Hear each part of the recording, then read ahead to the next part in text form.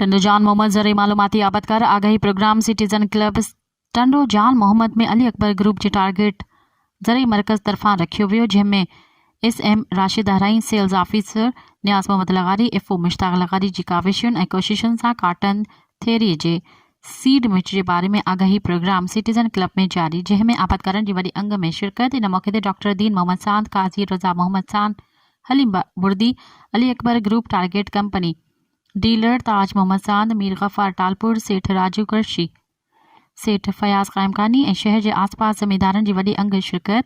ज़मींदारनि ॿुधायो त Ali Akbar target company जूं ज़रिए दवाऊं तमामु बहितरीन एवरेज ॾींदड़ आहिनि। मज़ीद ख़बरनि ऐं तफ़सीलात लाइ विज़िट कयो असांजी वेबसाइट www.awamiNewsHD.com ऐं ॾिसंदा रहो अवामी न्यूज़ HD।